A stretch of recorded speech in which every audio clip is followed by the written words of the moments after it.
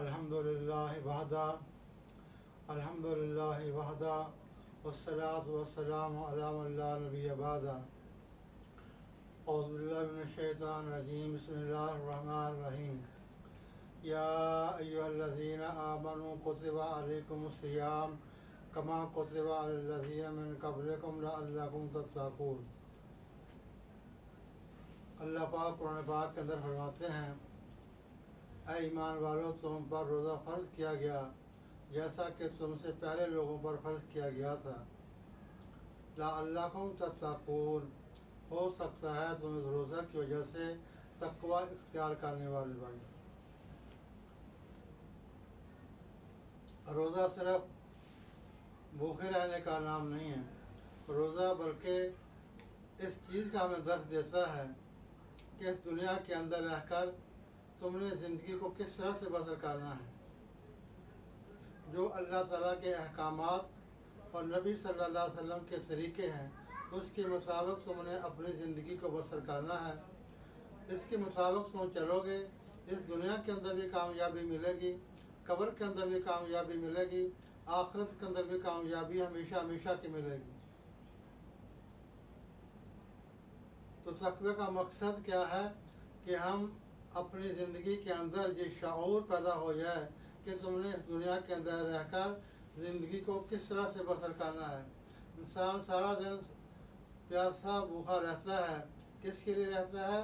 صرف ایک اللہ کو راضی کرنے کے لیے، کہ میرے اندر تقوی آ جائے، میرے اندر تزکیہ نفس آ جائے، میرے دل کے اندر اللہ کا نور پیدا ہو جائے، یا یہ لا الہ الا اللہ محمد رسول اللہ میرے دل کے اندر آ جائے۔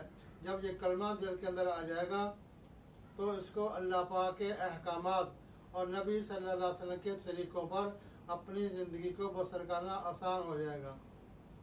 کب ہوگا؟ جب یہ لا الہ الا اللہ محمد رسول اللہ کا نور دل کے اندر آئے گا۔ وہ نور کیسے آئے گا؟ جب ہم اللہ کے احکامات کو نبی صلی اللہ علیہ وسلم کے طریقے پر اپنی زندگی کو بسر کرنے کی کوشش کریں گے۔ جتنے بھی انبیاء علیہ السلام دنیا کے اندر تشریف لائے، انہوں نے آ کر ایک ہی آواز دی، یا ایھا الناس قولوا لا الہ الا اللہ تفلحون، اے لوگو تم لا الہ الا اللہ کا اقرار کر لو، اس دنیا کے اندر بھی کامیابی ملے گی، قبر کے اندر بھی کامیابی ملے گی، اور آخرت کی جو زندگی آنے والی ہے، جو مرنے کے بعد شروع ہونے والی ہے، جو وہاں انسان نے ہمیشہ ہمیشہ کے لیے رہنا ہے، کبھی وہاں موت نہیں آئے گی۔ اس زندگی کا دار و مدار اللہ پاک نے اس دنیا کی زندگی پر رکھا ہے کہ ہم اللہ تعالیٰ نے ایمان اعمال صالح، اللہ پاک قرآن پاک کے اندر فرماتا ہے، ان الذین آمنوا وعملوا الصالحات کانت لهم جنات الفردوس نزلا خالدین فیہا ابدا لا یبغون عنہا حولا، کہ جو لوگ ایمان لائے، اعمال صالح اختیار کیے، ان کے لیے جنت ہے، اس کے اندر ہمیشہ ہمیشہ کے لیے رہنے کی۔ اس چیز پر کس چیز پر دارومدار ہے؟ ایمان۔ سب سے پہلے وہ ایمان ہے، وہ ہے لا الہ الا اللہ محمد رسول اللہ کو پڑھ لے۔ بہرحال یہ کلمہ ہماری بنیاد ہے، ہم نے ساری کی ساری انسانیت کو اس کلمے کی طرف بلانا ہے کہ اے لوگوں، تمہاری ہماری کامیابی دنیا اور آخرت کی اس کلمہ لا الہ الا اللہ محمد رسول اللہ کے اندر ہے۔ جو آتا ہے کہ جو روزانہ اس کلمہ کو 100 دفعہ پڑھے گا، کل قیامت کے دن اپنی قبر سے ایسے اٹھے گا اس کا چہرہ 14ویں چاند کی طرح چمکتا ہوگا۔ تو یہ لا الہ الا اللہ محمد رسول اللہ ہم سے ایک مطالبہ کرتا ہے۔ کیا مطالبہ ہے؟ کہ جب لا الہ الا اللہ ہم نے کہہ دیا، ہماری ساری کی ساری خواہشات ختم ہو گئی، کہ بلکہ کیا ہے، اب ہمیں دنیا کے اندر رہ کر اللہ کے احکامات اور حضور پاک صلی اللہ علیہ وسلم کے طریقے پر اپنی زندگی کو بسر کرنا ہے، اپنی ساری کی ساری خواہشات ختم ہو گئیں۔ تو یہ ہم روزہ جو رکھتے ہیں، تو فرمایا کہ روزہ کے مقصد کیا ہے؟ یہ تقویٰ آ جائے۔ کوئی گھر کے اندر آپ کے پاس ٹھنڈا پانی ہے، ہر چیز آپ کے پاس موجود ہے، مگر آپ پانی کیوں نہیں پی رہے؟ آپ چھپ کر پانی کیوں نہیں پی رہے؟ آپ کو یقین ہے، ہمارا ایمان ہے، کوئی دیکھے نہ دیکھے مگر اللہ پاک کی ذات مجھے دیکھ رہی ہے۔ تو اس سے کیا یہ کلمہ روزہ ایک ایسی عبادت ہے جو ایک اللہ اور بندے کے درمیان ایک راز ہے. اللہ کے ساتھ کوئی نہیں جانتا. یہ سب کچھ کر سکتا ہے مگر کس کا ڈر مانے آ رہا ہے؟ اللہ کا ڈر ہے. کس کے لیے روزہ رکھا ہے؟ اللہ کے لیے روزہ رکھا ہے کہ اللہ پاک میرے ظاہر کو بھی دیکھ رہے ہیں، میرے باطن کو بھی دیکھ رہے ہیں. تو اس لیے ہم کھانے پینے ہر چیز سے جو چیز حلال تھی اس کو بھی حرام کر دیا ایک وقت کے لیے. تو ہم اس کے کھانے پینے سے دوسری نفسانی خواہشات سے دور رہیں گے کیونکہ ہمارا ایمان ہے میں نے روزہ کس کے لیے رکھا ہے؟ اللہ کے لیے روزہ رکھا ہے. تو جو آتا ہے کہ قیامت کے دن انسان اتنے اعمال لے کر حاضر ہوگا اگر کسی پہاڑ پر رکھ دیا جائے تو پہاڑ بھی دب جائے گا مگر اس پر نے کسی کو گالی دی ہوگا، کسی کو برا بھلا کہا ہوگا، وہ حقدار آئیں گے اس سے اپنا یعنی کہ بدلہ لے لیں گے. اس کے پاس کچھ نہیں رہے گا. پوچھا جائے گا اس کے پاس کیا ہے؟ کہا جائے گا اس کے پاس روزہ ہے. کیا روزہ بھی اللہ کو فرشتے پوچھیں گے کسی کو دے دے؟ فرمایا کہ نہیں، کہ روزہ فرمایا کہ میرے لیے ہے. الصوم لی انا اجزی، کہ روزہ میرے لیے تھا اور روزہ کی جزا بھی اللہ تعالیٰ دے. تو روزہ اس کے گناہوں کی وجہ سے کسی کو نہیں دیا جائے گا. تو روزہ ایک ایسی عبادت ہے فرمایا کہ جس پر اللہ نے کہا کہ روزہ میرے لیے ہے اور میں ہی اس کی جزا دوں گا. تو اس لیے دوستو یہ روزی کی ہم خود بھی پابندی کریں اور اگر کوئی روزہ نہیں رکھتا تو کم از کم اتنا تو لحاظ ہونا چاہیے، اتنا تو رمضان کا احترام ہونا چاہیے کہ ہم سر عام کھانے پینے سے رک جائیں. بہت سے لوگ دیکھا ہے اپنے آپ کو مسلمان مگر سر عام کھانا کھا رہے ہیں، سر عام پانی پی رہے ہیں. تو یہ دراصل یہ اچھی بات نہیں ہے، بلکہ اگر اس کسی وجہ سے روزہ نہیں رکھتا تو چھپ کر اس کو وہ اپنا کھا پی لے مگر سب کے سامنے نہ کھائے پیے. اللہ تعالیٰ ملک کی توفیق عطا فرمائے.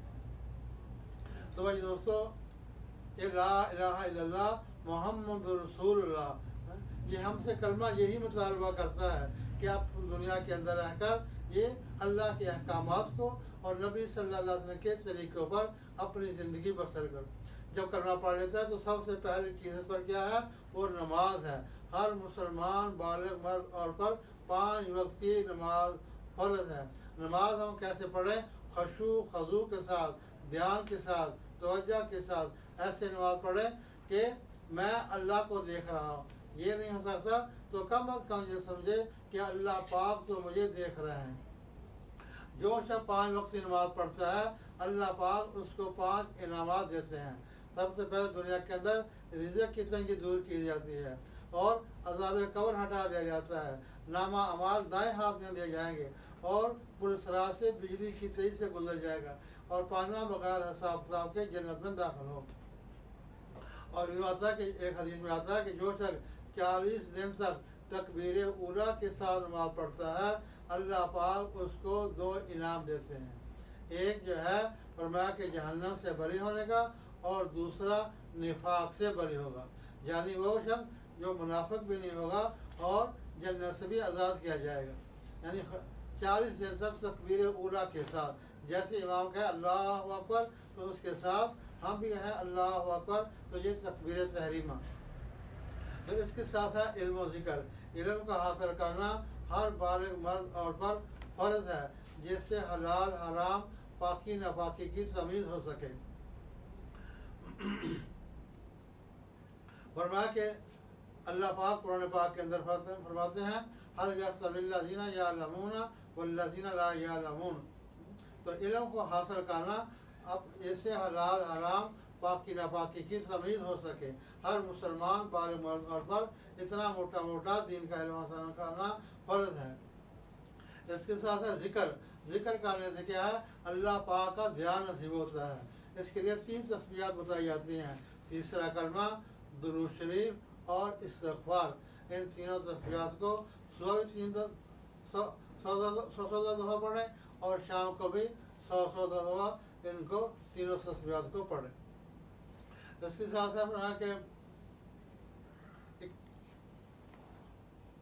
اکرام مسلم، بڑوں کی عزت کریں، چھوٹوں پر شفقت کریں اور علماء اکرام کی قدر کریں. جو آتا ہے کہ جو شخص اپنے ماں باپ کو ایک محبت کی نگاہ دیکھتا ہے اللہ پاک ایک مقبول حج کا اجر اللہ تعالیٰ اس کو دیتے ہیں.